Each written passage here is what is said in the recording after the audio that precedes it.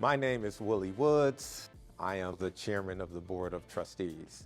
I grew up in the Michigan area where everybody went to work in the automotive industry. And so really you didn't need a college degree was sort of the way my parents felt.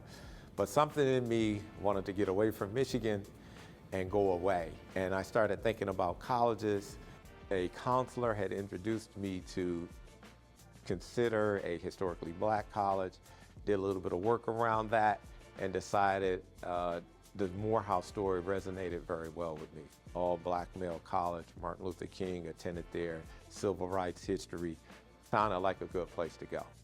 So when I got in, I said, hey, look, I need somebody to drive me to Atlanta, Georgia, and that's what I'm telling you about. I got into this college, and everybody got excited and rallied around that and drove me here down to Atlanta and dropped me off at Robert Hall.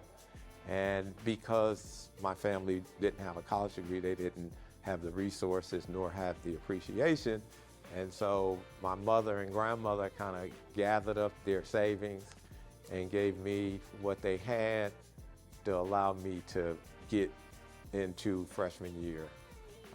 And so I got through freshman year with a little bit of money and some financial aid that they provided me. Sophomore year came, there was no money, right, for me to come back to college. My parents didn't have any money. The college didn't have any money. And so it could have been easy for me to decide not to come back. But I said, you know what? I'm going to show up anyway, and I'm going to figure this college thing out. And my grandmother gave me $300 and said, good luck. I showed up at the business office and said, hey, I'm trying to figure out how to get into college. Wiley E. Purdue, who was the registrar at the time, asked me how much money I had. I told him $200, not $300, because you never want to give somebody all your money. And he let me actually register with $200, but he said, but you better have all my money by October. And I said, great, what dorm am I staying in? And he said, dorm. Like, I know you don't think I got a dorm for you for $200. It was, as you can imagine, a scary moment for a young 19-year-old who's trying to go to college and finish, and now runs out of money and has to face, the possibility of going back home. And I came this close to going home because, as you can imagine, I'm wandering around, I'm in school, but I don't have a place to live, and I'm leaning on my friend who's unsure if I could stay where he is staying. And I literally called up Delta Airlines one day and said, hey, how much does it cost to get back to Detroit? It was like $98. I had $100, I just told you. And I had booked a flight to go back. And literally the guy who's a landlord walked in and said, where are you going? Because he saw me packing. Said, yeah, I don't have housing. I think I'm gonna just have to go back home and figure it out. And he said, well, you can stay here if your friend is okay with that, and y'all can split the rent, and it's a big enough room and 2 beds. And my friend was like, yeah, of course, if you're okay with that. And so the rest is history. Being at Morehouse and seeing a college that had all black men that looked like me, where everybody was on the move, everybody was trying to make something out of themselves, everybody seemed so polished compared to where I had came from. Everybody seemed so ambitious. It was just enlightening. Morehouse has been a big reason for my success. Right?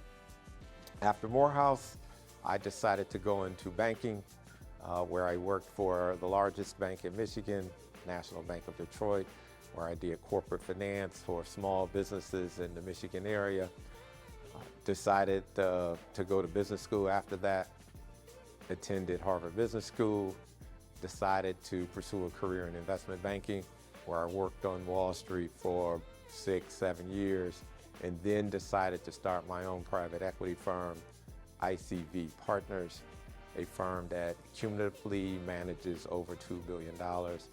I've given a lot of money to the college unrestricted just because, as my time as chairman, that's what I thought the college needed. And as I think about something more longer term, gift-wise, I want to find a way to eliminate that problem I have, which is you've run out of money, but you're a good student, and but for your circumstances, you may have to go home. My gift is $1 million, but that's not nearly enough, right? But ultimately, I'd like to have that gift be the beginnings of getting other people to join in on that gift so that we ultimately endow something at the college that takes care of kids specifically who are sophomores and juniors that are lacking funds to get to the next level. We all know that your life trajectory changes dramatically if you don't finish college.